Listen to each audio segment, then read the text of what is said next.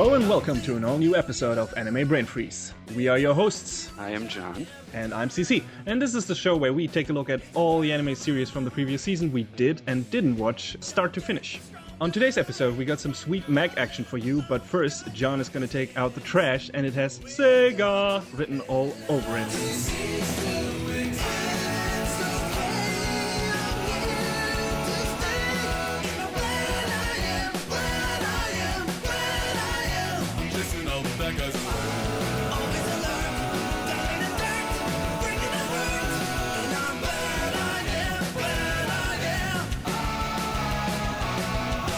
So, I went into this show with my expectations set pretty low to begin with, but it just kind of took them and threw them in the trash to begin with anyway, and I just say, you know what, I gotta watch it beginning to end. What show could I be talking about?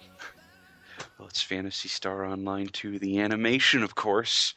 Everything that has the animation behind it is pretty sure guaranteed for quality, I guess. Well, I mean, I'm sure there's exceptions to the rule that don't readily spring to mind, but... Yeah, that's the problem. They don't. Oops.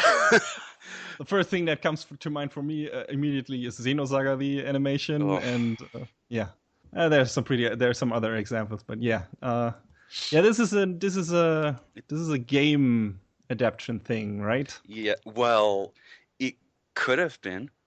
It should have been. But it's not. So what is Phantasy Star Online for people uninitiated? Well, to start with what Phantasy Star is, you got to go all the way back to 1987 when the first game in its series was released on the Sega Master System. That's what is that? That series is almost 30 years old now. God damn, I feel old. I always feel old. But that was still just Phantasy Star, right? Yes. But fast forward from there to the year 2000, and that's when the original Phantasy Star Online came out on the Dreamcast, and it was a gameplay revolution. I sound like the rise of MMOs. I sound like promo material, but I loved the hell out of PSO. I think everyone did who owned a Dreamcast. Oh, yeah. I mean, it was ported later onto other systems. I mean, I still do, and every once in a while I hop back into Blue Burst because there's a private server set up for it. Yes.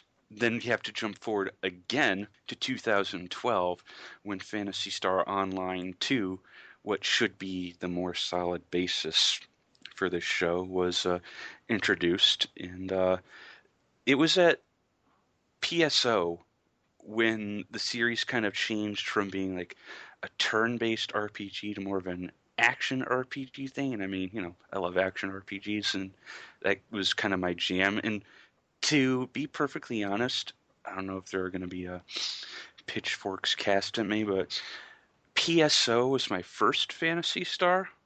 I mean, I went back and played bits and pieces of 1 through 4, but, you know, it was the Phantasy Star I got to know most and I fell in love with, so... Same for me. Yeah, so when they were like, hey, we're going to have a show based on this game that's out right now, it's like, hey, all right. And then they went and just put it in the trash. So that we have to put it in the trash now.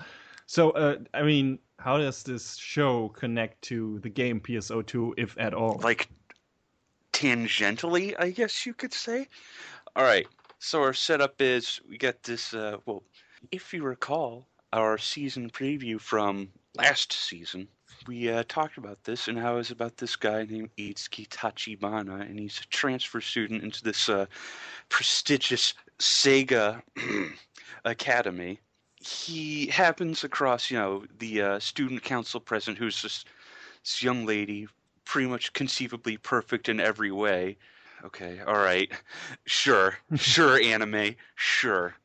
Who's also like, let's play video games. Which one should we play? Phantasy Star Online 2. And if you're not cool, you're not playing the video game. No.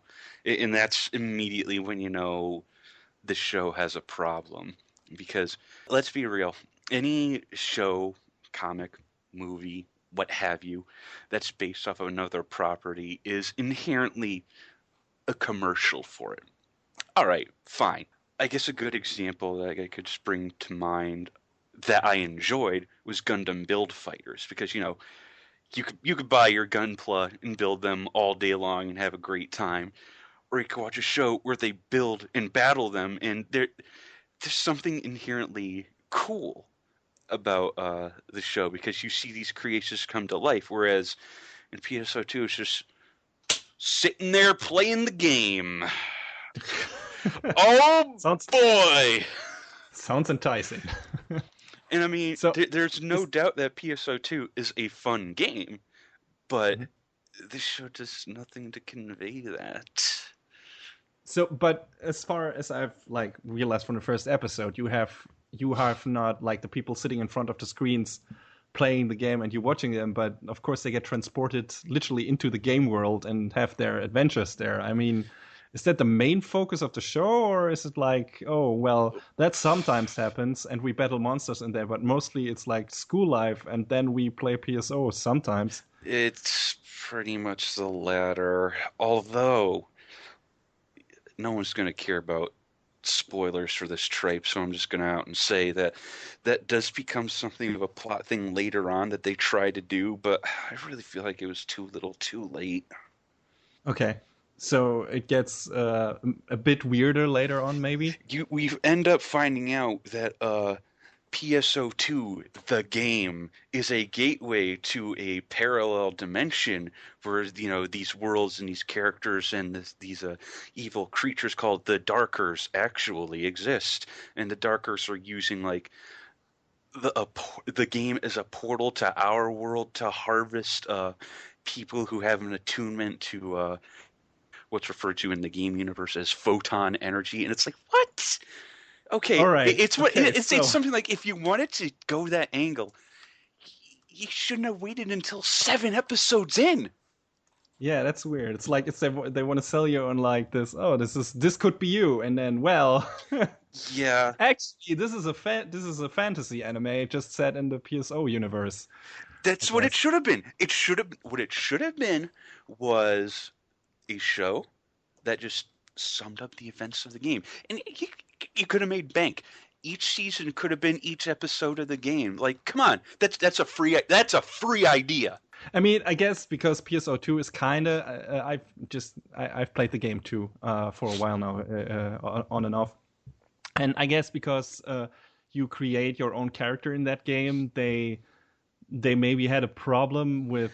I mean, I don't know. Anchoring is completely to some of the to a character that could not be you yourself, so they had to make a self-insert character. I guess, but maybe because the fact that it is, inherently an MMO, they could have done something really out there and had like the player character change, the quote unquote player character change appearance, from time to time, just to be, like, I don't know, I'm just spitballing.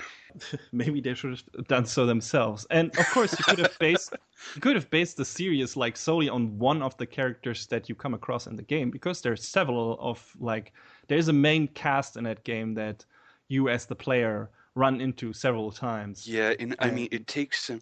They do introduce some of the named characters from the game, but again, they take too long to get to it. Like, you have characters like Kasra and Zeno, and my wife. I mean, Matoi, that's her name. Bit of a slip up there. Anyway, why I was asking about does it get crazier later on, and is it more connected to the game, is because I played. The game is in its 4th episode of episodic content right now. It's not like one big story. The story gets always like extended, which each new episode. That's also the nature of MMOs. They they just extend it. They keep going as long as they can reasonably. Yeah, and I played. The problem is the game is currently only available in Japan, if I'm not mistaken. Well, there is an official English language version on the service called Play Park, but that version is coming up on being like 2 years behind in terms of content. Okay. So that's not the one. If you want to play in English, sure. If you want to be up to date, that's not the one you want to play. Yeah, and I played like the English patch version, and when I started, episode 4 was already out in Japanese. Yeah. And but the story content wasn't patched into English yet, so I had no idea what was going on. And So I went into this like, oh, okay, this is like normal PSO. You fight Dark Falls at the end, blah blah blah, and I just by accident just progressed through the story because this is I don't know, this is getting into details. But before you can play like the previous episodes, for some reason Sega decided that you have to play the fourth story episode to a certain point. I thought you could select the episode from the character select. That's what I was under the impression. Not from the beginning. You first have to do have to unlock it, and right. I wasn't sure what I had to do in the game to unlock that option. So I progressed through the story, assuming that that would happen at some point. But yeah, so that's how that happened.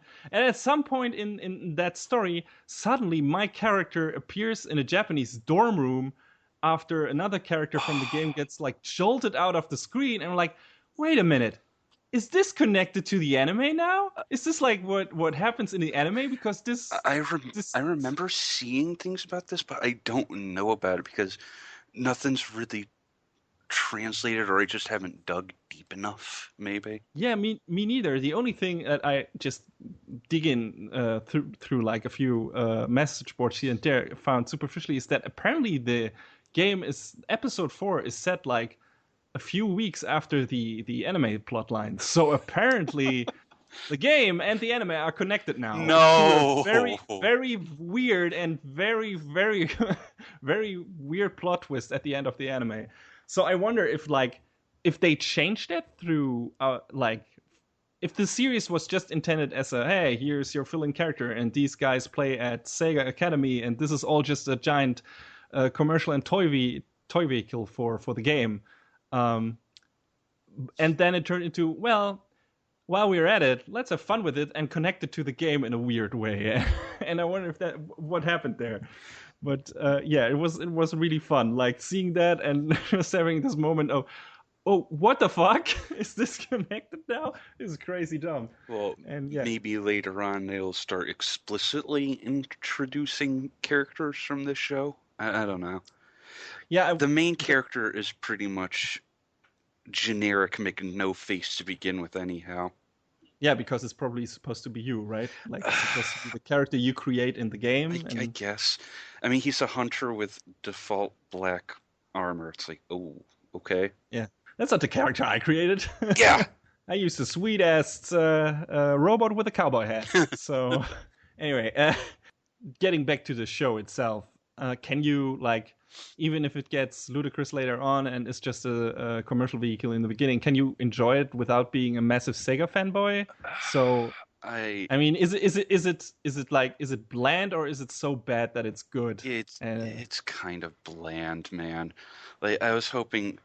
Well, I watched it because I am a Sega fanboy, but it was just like, okay, so what's going to happen? Oh, all right. They beat Dark Falls with the power of friendship. You know, not with high level raid gear or anything, because that's how MMOs work. Imagine, but not anime. Imagine this. Let me paint a scenario for you. Final Fantasy XIV, the animation, where they beat Ultima Weapon by holding their hands and just saying, Garlean Empire, go away. Like, no, I would not. Oh my god. And I've played way too much FF14. If they did that, I would just be like, no, see ya. Done. Here go the last 5 years of my life or something. Three years I've been playing that game pretty much. Yeah, well. And it's funny as a side note because as much as I love Phantasy Star, I've played it on and off over the years. FF14 is the one MMO I've played like consistently without breaks. So what? Yeah. What does that tell you? Give us the game, Sega. Give us the game. Yeah, it's weird that they're holding off on that. So yeah, I don't know if I'll watch the show. Please don't. It's now. Yeah, I mean, after I'm done like with episode 3 and episode 4 has been, patched and I can actually understand what's going on. If the anime is actually connected to the game now, I feel like I have to, right? It doesn't seem like they really connected it to the game that heavily, other than, named characters, Dark Falls. Hey.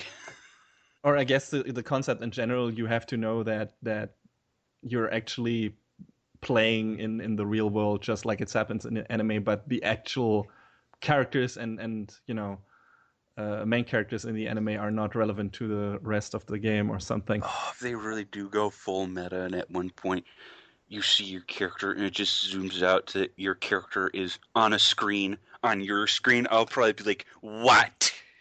Okay. Well, I wonder, and that's the one thing that might make me watch that show. But other than that, what you told me about it didn't like really sound engaging or enticing at all. No, it's really not.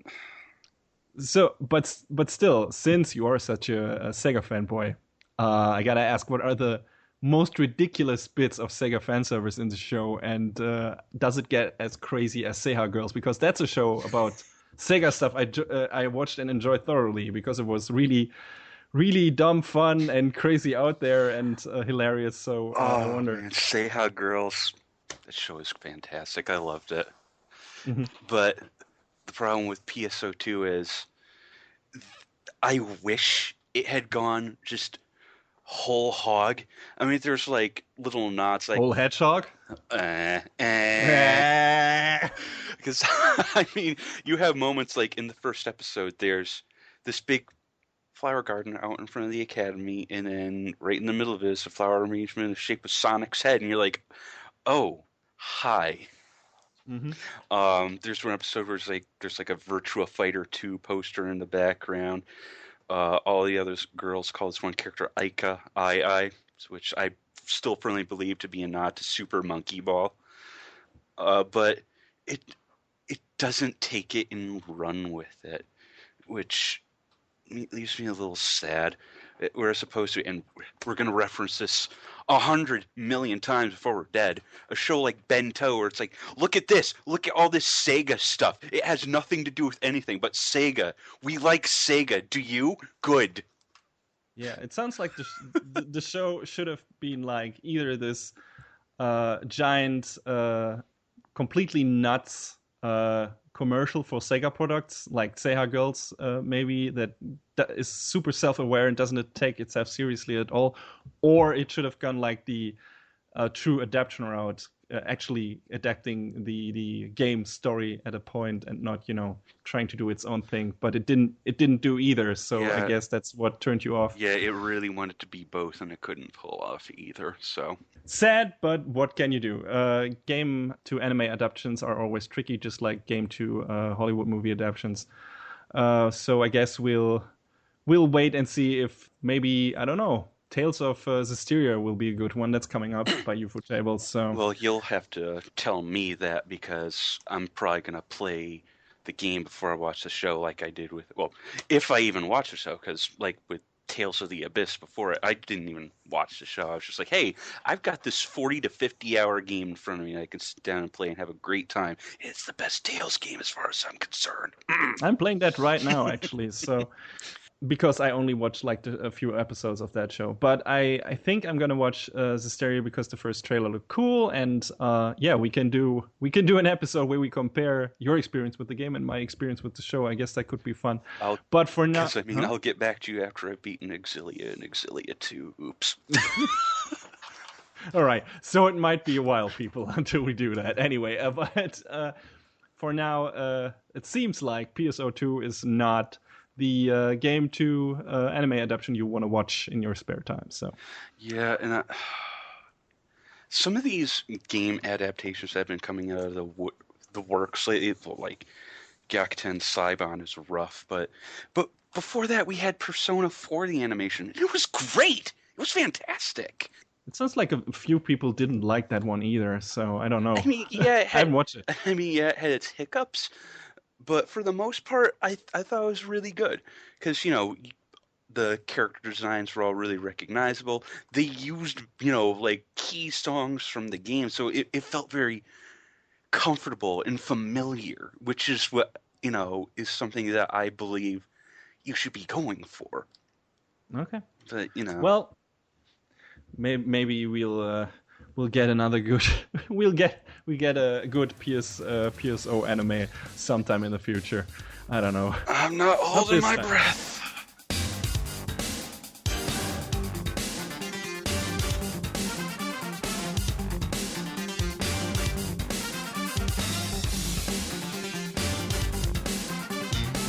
So the show we're going to talk in our review today is Mobile Suit Gundam Iron-Blooded Orphans, and the first season of that, because that's getting a second one. I don't know, when are we getting the second one? I believe October. All right. Okay. Yeah. So that's some time off until then. But yeah, the first season wrapped up with 26 episodes. I think was it 26 or 24? 25. Great. Right. Right. Two estimations. Okay. Who could have seen this coming? But anyway, 25 episodes. Yes. And that's why we decided to do a review on it, because other than the shows that have like 13 episodes in one season, I think with this one there's enough meat to talk about it before waiting for another season or waiting for the show to wrap up. So, yeah, let's do that now. Of course, I guess anyone who has ever watched anime for a longer time knows what Gundam is. It's just your giant-ass robots. And most of the Gundam stuff is about, Earth battling against the colonies out in outer space. And this is kind of in the same vein, obviously, but a bit different here and there. So, yeah, let's get the basic story set up out of the way here. Our story starts on Mars, not on one of the colonies surrounding Earth, weird enough. 300 years ago, like before the show is, set, there was like this big conflict surrounding Earth and the colonies in space and the colonized planets. And that conflict was named the Calamity War, and it pretty much shook up all the colonized parts of the solar system, and the previous system of government was destroyed, and basically a new world order was created and established. And in this world, two of our main characters, the young orphans Orga and Mikazuki, work for a mercenary group called CGS on Mars that gets hired to escort a girl named Cordelia Aina Bernstein. So they're hired to escort her to Earth, because she's like a member of an important family on Mars, like influential one, and she has it set in her head to liberate Mars, or basically the city she's living in, from the rule of the Earth government, and wants to go to Earth and I think give a speech to the ruling powers there about that matter. And yeah, of course, not everyone is happy with her plans, like, raising attention about the bad conditions on Mars and everything, and changing the status quo. So she and CGS get attacked by the military peacekeeping organization called Gjallarhorn, which is a group that has been established during the Calamity War to end said war. And they have like the superior weaponry, like they basically have all the Gundam-esque robots. I don't think those are called Gundams in the beginning. At least their robots are not, but I'm not sure. Well, later on they refer to certain mechs as having Gundam frames. So yeah. So yeah, they're the superior military power, and they're attacking CGS and Cordelia. I don't know if they want to kill her or get her out of there or something, abduct her. I don't remember, but yeah, still they're attacking her. And one of our main characters, Orga, we've mentioned before, uses this chaos that is caused by the attack of Gjallarhorn to stage a coup in CGS in order to overthrow their current leaders, because they have been using him and the other orphans, the other kids in this group, the other kid soldiers, as cannon fodder for most of their assignments. So a lot of Orga's friends and surrogate family died, and he is not content with that and wants to establish a new way, a new order himself for this organization, which consists of basically like shooting one of the leaders right in the face when he tries to bargain with Orga. So it's very cool, but still. Or they killed several of the leaders, actually. I don't remember if they killed all of them, but yeah. They kill a great deal, many of them, so. It's a violent coup, but yeah. That happens. And during that, Mikazuki, one of the other two main characters, gets in an old Gundam called Barbatos that was last used during the Calamity War and has apparently since been stationed for some reason there on Marth with CGS. I don't know if it was a secret that they had him. I guess so.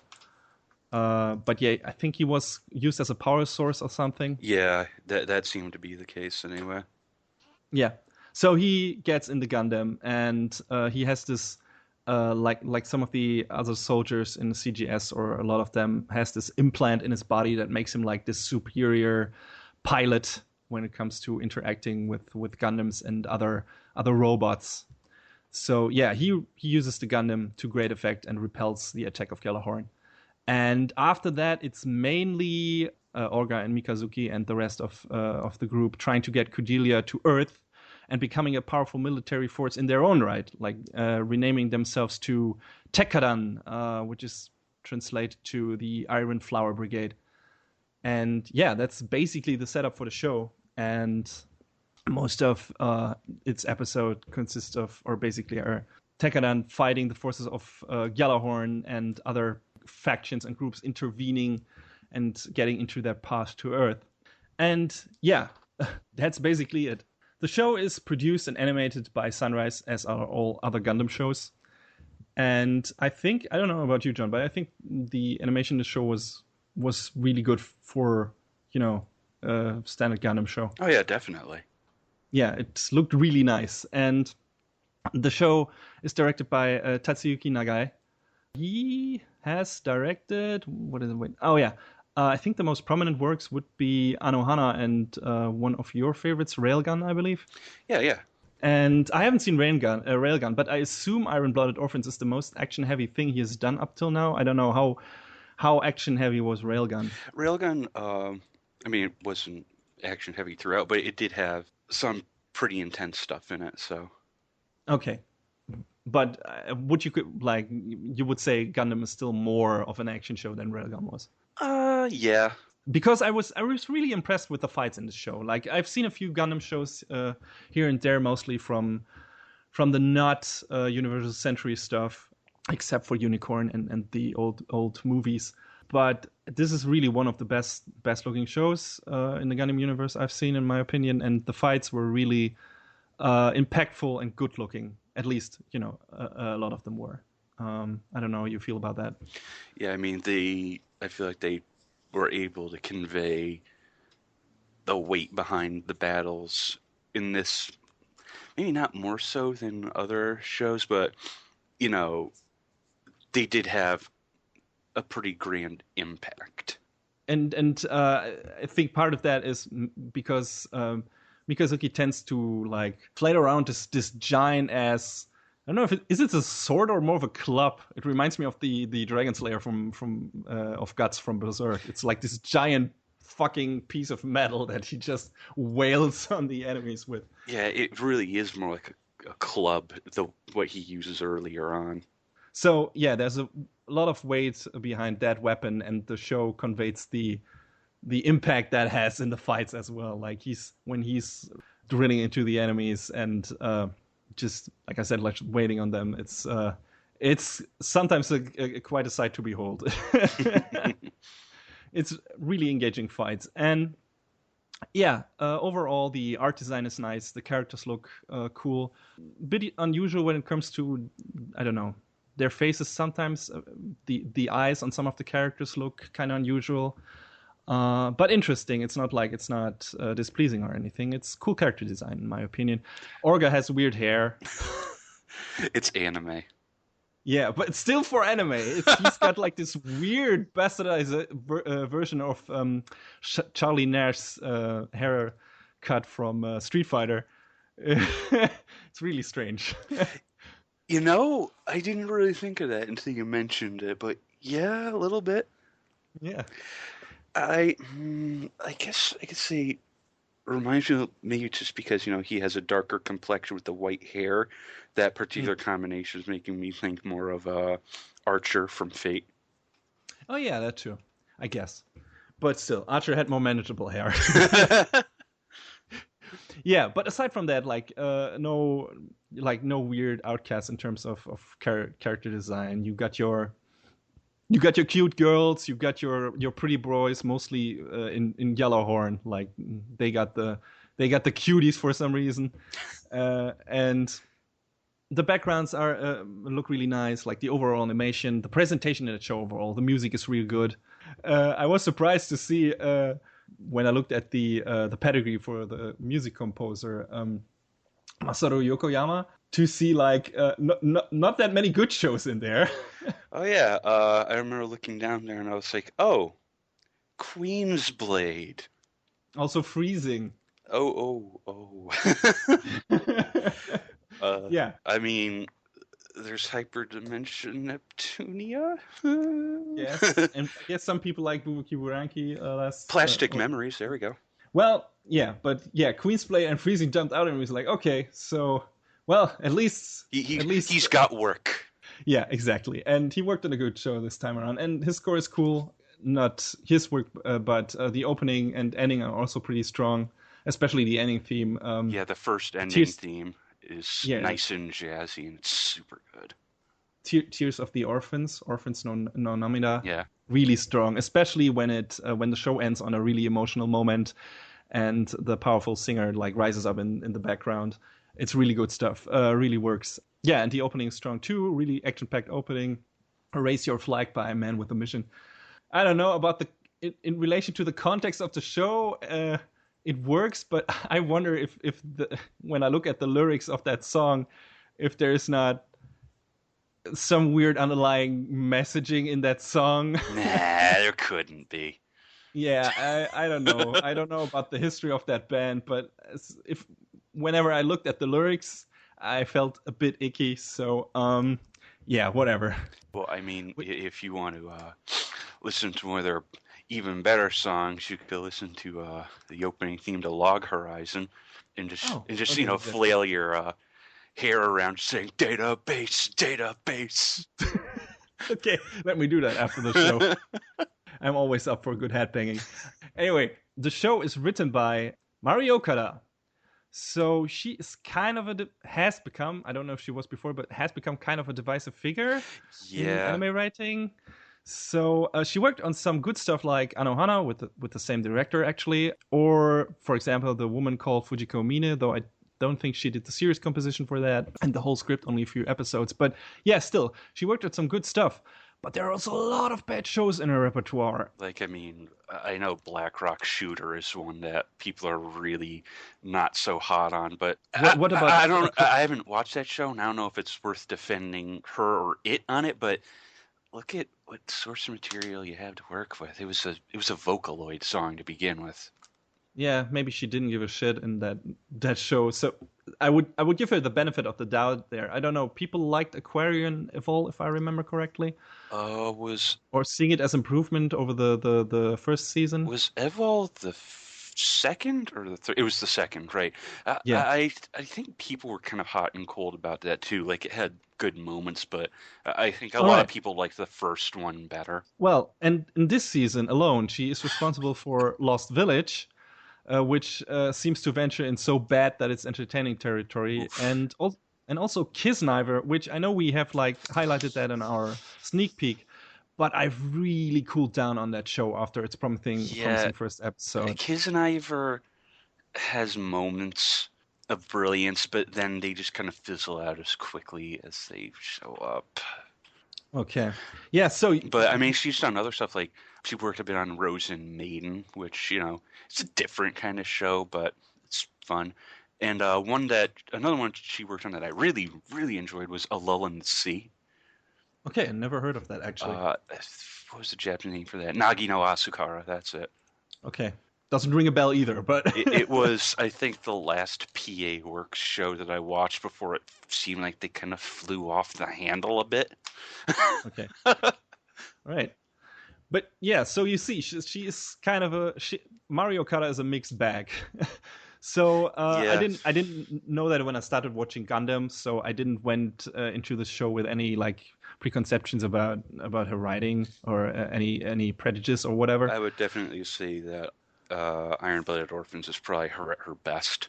Definitely the best that I've seen so far, but I have only seen from the stuff she did that I've watched. I've only seen Aquarian Evil, a bit of that, and I've seen a bit of Kisniver and this. So I don't know how My experience with her writing is not that vast, so I have to rely on the experience of others with her shows that she's written. But yeah, Iron-Blooded Orphans, definitely I enjoyed the first season from beginning to end. Some weird characterizations aside, I thought the first season was like really solidly written with some good twists here and there, some high stake battles and decent emotional payoffs. So yeah, I think she did good in this season. Oh yeah, definitely. So if you like read through the staff, if you like, hey, what could be a nice Gundam show or whatever action show I could watch, and stumble across Iron-Blooded Orphans, and then you see her name on the writing staff, and you're like, oh shit, I hated the other shows she's written. So maybe still give Iron-Blooded Orphans a chance, because I think she did good work with that one. I mean, there were also like 4 other script writers that worked on various episodes across the way. So, like, one of them, Toshizo Nemoto, yeah, he's working a bit right now on Macross Delta. So. Oh shit! I haven't watched the newest episode yet. And I mean, the other script writers that worked on, like I said, various shows like we got here Durarara, Fibrain, Steins Gate, Lupin the Third, which we'll call Fujiko Mine. That's not just Okada, but someone else. A little bit of Log Horizon, actually. So yeah, the writers have, they have been around, which is cool. And some decent pedigree here and there. So yeah, okay, right. Like I said, solidly written show and enjoyable. And most interesting about the show, besides its main plot, it's got its, like I said, its twists and turns here and there. But a lot of the stuff you can guess where it goes, because it's a Gundam show. And these shows always go into a specific direction. In terms of theme, they're mostly about showing you the horrors of war and where the casualties lie in the conflicts, and want to tell you stuff about the human nature and why we fear war and what people's ambitions can turn into and everything. So Iron-Blooded Orphans does the same thing, albeit like putting a few different, twists here and there on certain character archetypes and everything. So if you expecting a vastly different thing out of this show, like from other Gundam shows, I don't know. So far, it doesn't seem like that's what you're gonna get. I don't know what you think about that, John. I feel like it had a bit more solid characterization. Yeah. Depending, on your opinion, of course, but we'll get to that in the next section, but yeah. From some of the other past series. So I mean, I just like shows that have the character pieces in there as well. Like for instance, this season, we both been watching Kotetsujo no Kabaneri. In the past episode, they kind of slowed it down, and we got to look at some of the characters, when they're not out fearing for their lives and fighting the Kabane, and I thought that was cool. And I feel like Iron-Blooded Orphans does that a bit more than some of the other Gundam series. Yeah, and that's important to connect to the characters. Yeah, let's get to that, actually. Let's get to characters, because Iron-Blooded Orphans has a pretty big cast, like a lot of Gundam shows have, but this one is kind of gigantic, and so we won't highlight them all, but here's some main players. And imagine this when the second season starts. Boy. Yeah, we're gonna get even more. Yeah. So I don't know. Let's start with one of our main boys, Orga. What can we say about him? He's a tactician. He wants the best for his surrogate family, I guess. Yeah, and I mean, he's trying to be the big protector of the clan, and he does what he can to keep everyone safe. But early on, he kind of starts to realize, these big lofty ambitions of his, he can't realize them all. And he's at least not at once. Yeah. And he's presented with the reality that, hey, kid, you got to slow it down just a bit because you are a kid. And that hits him pretty hard and fast, and I feel like we feel that impact on him, and it's very real. Yeah, and it makes him I think he's in general a very sympathetic character, because he's one of the most relatable ones. Even though saying relatable, we are not war orphans, but it's still like he's one of the characters you can connect to, even if he's like this kind of not super brain, but he's like the ace in the hole guy. He's like or ace up his sleeve guy who has always kind of a master plan and knows what to do to get out of a bad situation most of the time. So maybe that's a bit too outlandish for some people to connect to, but still, he's like, in terms of his human nature and what his goals are and what he wants out of his life, he is very sympathetic and relatable, in my opinion. Mm. And yeah, we're going to talk about Mikazuki later because he's one of the, in my opinion, he's probably the most interesting character for a specific reason, to me anyway. But he promises Mikazuki to take him to a place where they can both belong, which is also like a nice setup for the show and their relationship. Like they're both really loyal to each other, and Orga relies heavily on Mikazuki to handle like most of the fighting and the most difficult and dangerous missions. And not because he thinks that Mikazuki is expendable, but he just trusts him so much in his abilities. They definitely have like a symbiotic relationship because they it's very clear that they count on each other. In many different ways. I'll get to that later, especially to that symbiotic part. And yeah, but let's get to first some of the other players first. Another character from Tekkadan is Biscuit. He has a funny name. Well, he's a fat guy named Biscuit. Yay, anime. And he's got two little sisters named Cookie and Cracker, so there you go. Yeah. Best naming ever. Yeah, he's the... Well, if Orga isn't, he is the heart of the group. Like, he's the voice of reason and diplomacy, and he's always, like, a bit, I don't know, timid and unsure of certain things, and doesn't always, like, speak out loudly. He's a bit more careful, I feel like. Yeah. He wants safety and a good life for his sisters, mainly. That's just, like, his goal. And of course, he also wants Tekkadan to succeed, and he is a friend of Orga and everything. And yeah, he wants to build a good life for the whole group, just like Orga. He's just, a bit more careful, like you said, about it, and in some points realistic, because he doesn't succumb to blind idealism in certain parts as easy as other characters. He's always like the guy who says, well, it won't be that easy, and expect this to happen and stuff like that. So yeah, he's the voice of reason. Then we have Cordelia, which is our, I would say, main female protagonist.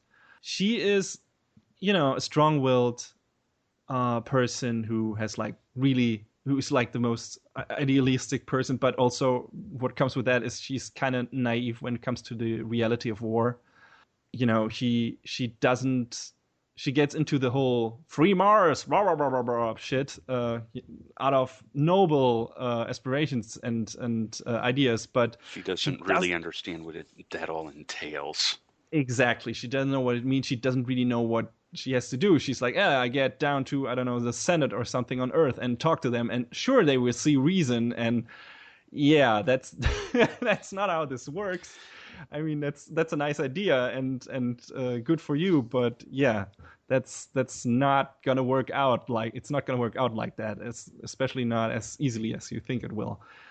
And she gets pulled into like this bigger conflict than she had anticipated, and comes across a bit of a puppet of to higher powers sometimes, even if she's not aware of it.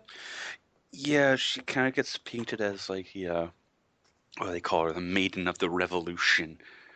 Yeah, kind of very much against her will, and it's just like a big, like, maybe not paparazzi, but it seems like a big media, not really, I don't want to say the word scheme, but that's just how it sort of happens to her, I guess. Yeah, no, I think you're right with that. I think it's a scheme by certain factions who want to paint her in a specific light, and initially I think it's to make her a sacrifice to spark the revolution. But, because of Tekkadan, some things don't go as certain people have planned. And, she is kind of a chess piece, but in certain at some point she at least makes that idea of the Maiden of Revolution her own. Like she's not convinced about that from the beginning, but in later point she like really she makes that her own idea and her own ideal, and is convincing herself that this is the right way to go and this is who she is supposed to be. There are several parts in that show that make her convert to the idea that she could be that person, and she is dedicated to that later on. She really is really devoted to becoming that person and to help the people in her life, and not only in her life but in Mars in general, to gain freedom and make the world better, as you would say. Yeah. Another important character is on the other side of the conflict is McGillis Farid. He's a young Gjallarhorn officer who seems to be, very polite and pretty and concerned with the well-being of his friends and everything. And he is very formidable fighter, and he is the adopted son of the influential Farid family, who have a big part in Gjallarhorn and Earth politics and everything. And he becomes a big player the further the season progresses, because it turns out he has his own plans for Gjallarhorn and his, own little big and machinations running behind the scenes and everything. He's quite invested in the conflict of the show and realizes his goals as well. I think he was an interesting character. I don't know how you felt about him. He was very conniving. Not, and I don't use that word in negative context, but just even more so than Orga. He's the guy who has the master plan.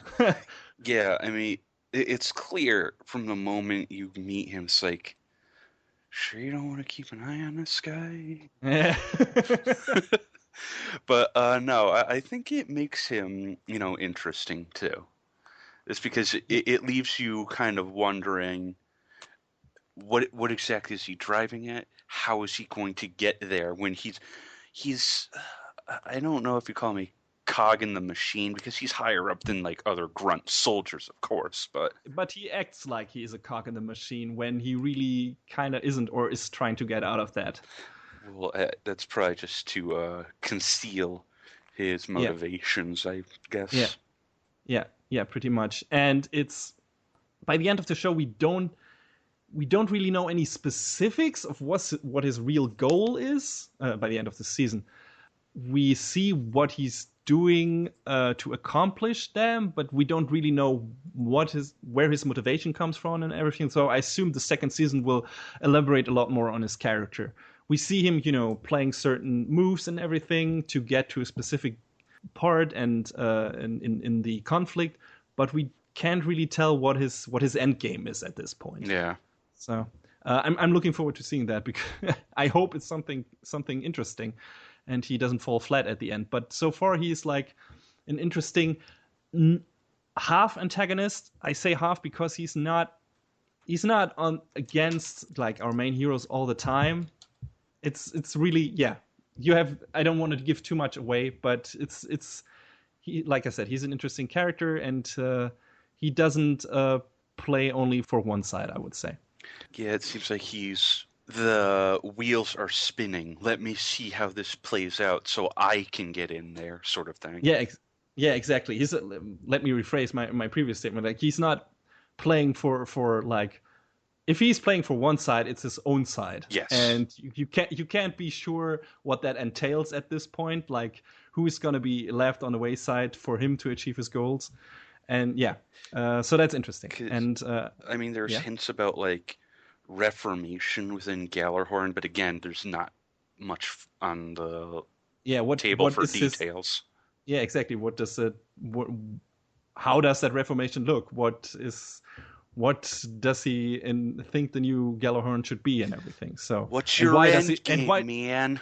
And why exactly does he want to change it? I mean, he's in a pretty cozy position where he is in right now, and for some reason he is not content with that. So looking forward to more on him in the coming season. Another character we have, or a slew of characters, I would say, is the Turbines, which is a crew of soldiers and a subsection of Tevas, Jupiter's biggest conglomerate. And they help Takadan to get to Earth later on in the season and integrate them into their mafia family-esque company. So they become a pretty important part. A lot of Turbine's crew like later hang out with the with the Tekadan crew and help them fight and everything. And Naza Turbine, who's like the head of that ship, becomes a role model and support for Orga, pretty much. Like he becomes like this big brother character or superior character, and who helps him out with his plans. And Orga seems to be really grateful about this. Yeah. Yeah. Very much a mentor. Yeah, kind of. And I mean, the crews, I kind of feel like are each other's. I don't know. I mean, you could say literal opposite, because one crew is almost entirely boys, and the other is entirely women. So. Yeah, kind of. And it's weird. I mean, Naza is literally pretty married to all the women on his ship. Yeah. Like, they consider him his husband. So he has a literal harem on his ship. And this is kind of glorified in this series, I feel like. In regard to his character, yeah. Yeah. I mean, also to other characters, too. Atra, who, is another character who's a friend of the guys from Tekadan.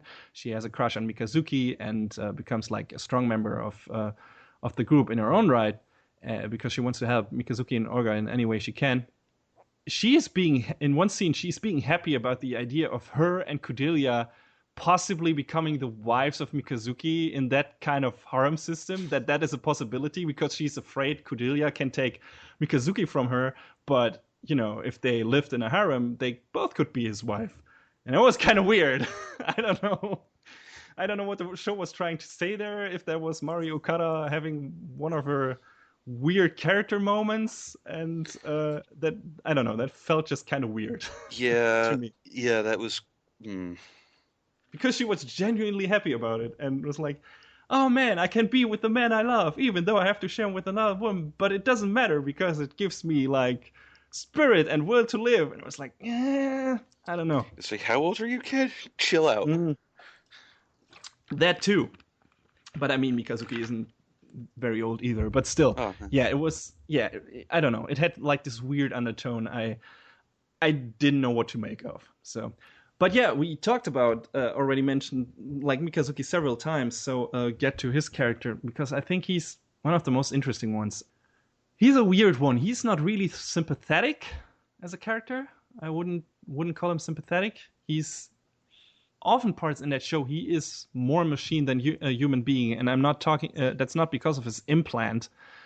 It's also a theme the show is running with and later on, but still, he's very cold. Yeah. He comes across as cold and cruel even, and sometimes downright psychopathic in certain situations and fights. Yeah, there's some moments where it's like you're never quite sure if he's 100% in control. Yeah, exactly. He is damaged, and his trust and loyalty to Orga is so deep that he follows all of its orders without questioning Orga or his assignment. And it seems to me that Orga is like his anchor to sanity and humanity. One specific scene that needs to be highlighted in that regard is when Orga, after... And we are venturing into season finale spoilers here, so if you don't want to know anything about that, skip ahead like 5 minutes or something. So 3, 2, 1, spoilers. After a character death later in the season, Orga has like a moment of crushing feelings of defeat and self-doubt. And Mikazuki forces him back to his feet by reminding Orga of their like goal together that they have, like going to a better place where they belong. And it is implied that he is lying about the final words of the comrade who died, so that Orga's will to achieve their goal is not further swayed if he mentioned that, if he mentioned the true words, last words of that comrade. So for me, it begs the question: if he is doing that because he wants to help Orga to fulfill their goal, for the greater good of Tekadan and everything, or if he needs Orga to be the reliable leader to know his own path in life. Because I feel like if Mikazuki doesn't have Orga's command to obey, he doesn't know where to go, what to do, or who he even is. Because, I mean, as soon as he's done following one order, he just unflinchingly goes back and it's just like, okay, what's next, boss man? Yeah, exactly. And he doesn't. Every time he's like, "I'll wait what Orga has to say about it, or about this," or "Orga will know what to do," or "Yeah, I trust in Orga, and I won't try anything else besides follow his command." I think their harsh childhood and the traumatic event that made him save Orga's life, which is apparently they were as orphans living in the street and they were attacked in an alley by someone, and Mikazuki killed that guy with a gun. And I feel like this is like was this and their childhood in general were so traumatic to him, and Orga gave him a way out of that, or showed him a possible way out, even it was a very, I don't know, very flimsy one at that point, or a very ungraspable one. So he clung to that, and that's probably what sparked his attitude and behavior. He became very narrow-minded and totally focused on Orga and the way out of his traumatic life and traumatic childhood and everything. And yeah, that's where he pulled his power from. That's where he derived his focus and his anchor to reality and sanity from. And I think he is afraid that if Orga, doesn't get to the point that is promised, whatever that point is, a point like where they belong, where they both could belong, that is a better life for both of them, that can probably never be realized in this war-torn world, that he would break apart, and he is afraid of that.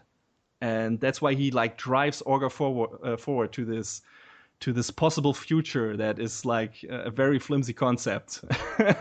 Because they will never get out of that fighting if they stay a mercenary group, and a lot more of their friends will probably die. So I think like Mikazuki is like ignoring reality at a lot of points in that series, just to cling to, I don't know, his way of life and to his sanity.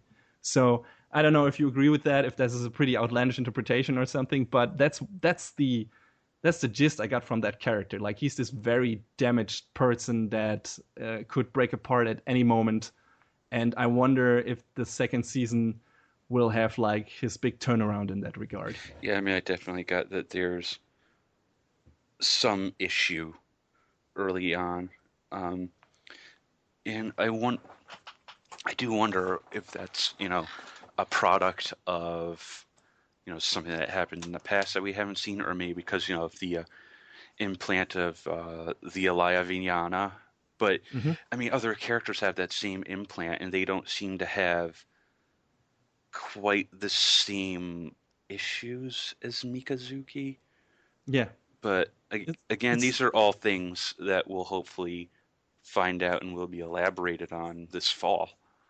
But that could also play into it, like you said. Like, he is already this character that is on the brink of not being human anymore, and him seeing himself maybe more of a machine like the Gundam. And we had that in previous seasons, like Double O, where a character literally calls himself, I want to become Gundam or something. Yeah. Setsuna. Yeah. But yeah, this is like I don't know, a deeper version of that, in my opinion. Like, or it seems like that, because he's okay. I already got this implant, and I am very good at fighting, and I can follow orders from Orga, and he will show me. I don't know. Maybe he will show me a way back to being human. But until that, I'm gonna be this fighting machine because I'm good at it, and I'm gonna make him accomplish his goal that way, because that's the best I can do.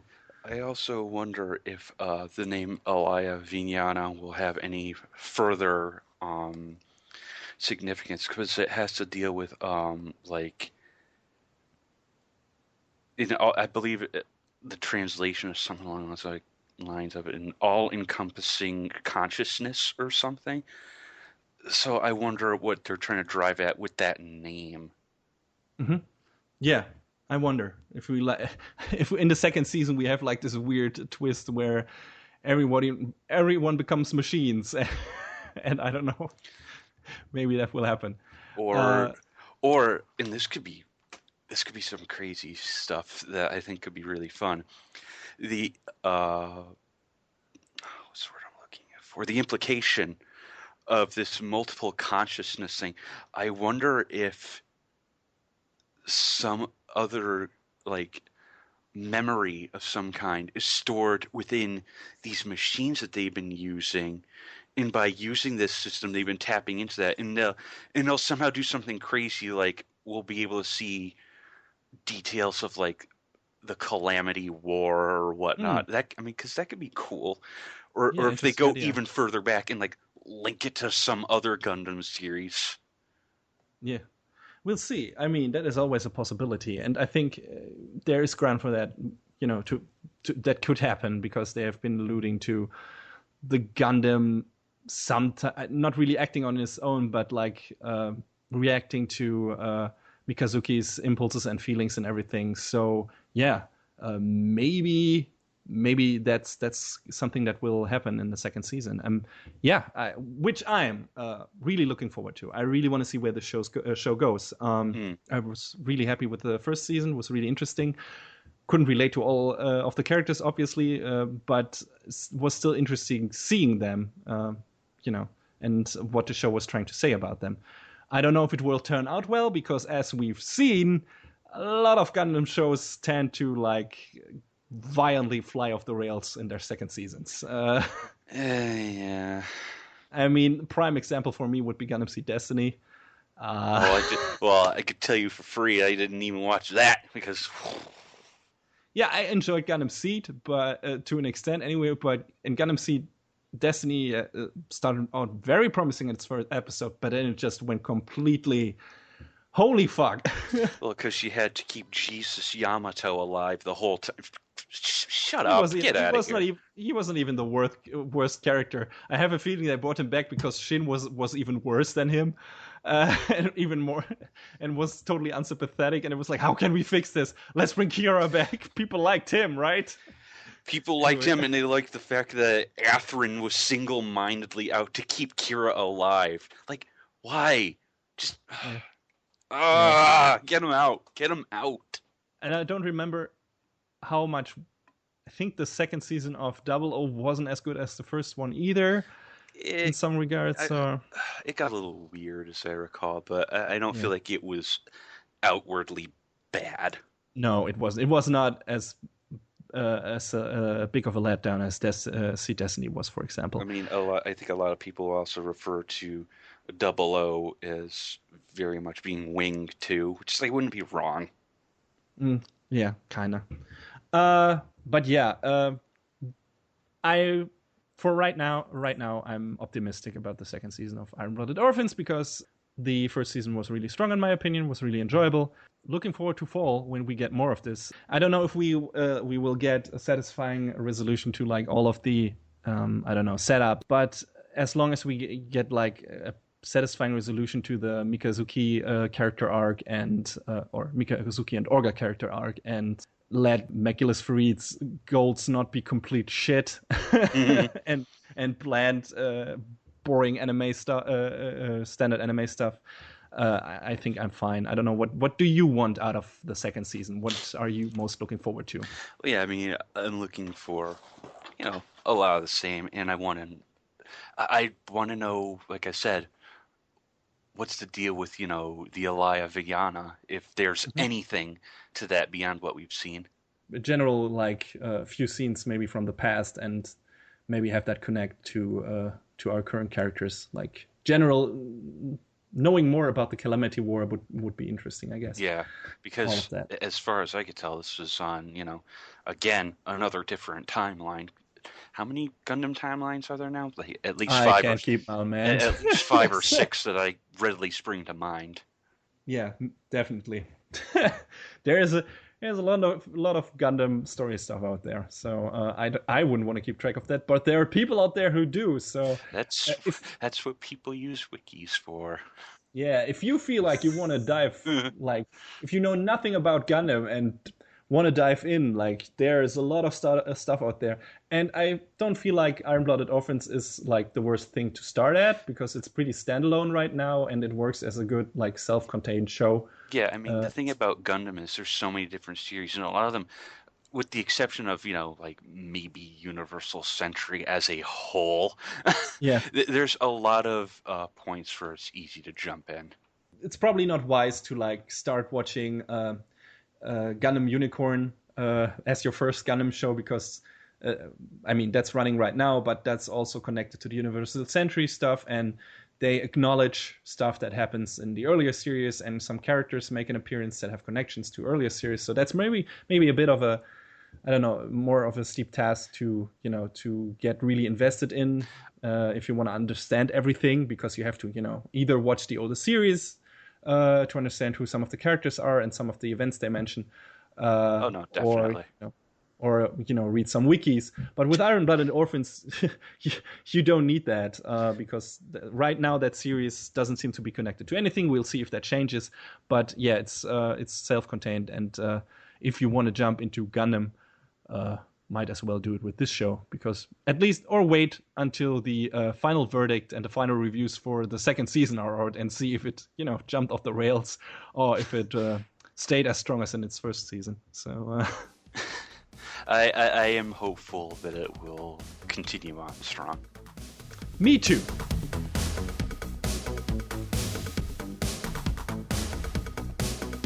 And that is a wrap on the 9th episode of Anime Brain Freeze. All the music in our show is from the Double Dragon Neon soundtrack by the amazing Jake Kaufman. Please go to vrrt.bandcamp.com and check out his awesome work. You can find us on YouTube, Twitter, iTunes, Stitcher, SoundCloud, and animebrainfreeze.com. Leave us a comment any way you like, or send us an email to animebrainfreeze@gmail.com. Thanks for tuning in. We hope you had a good time, and please join us again on our next show. Adios. Peace out.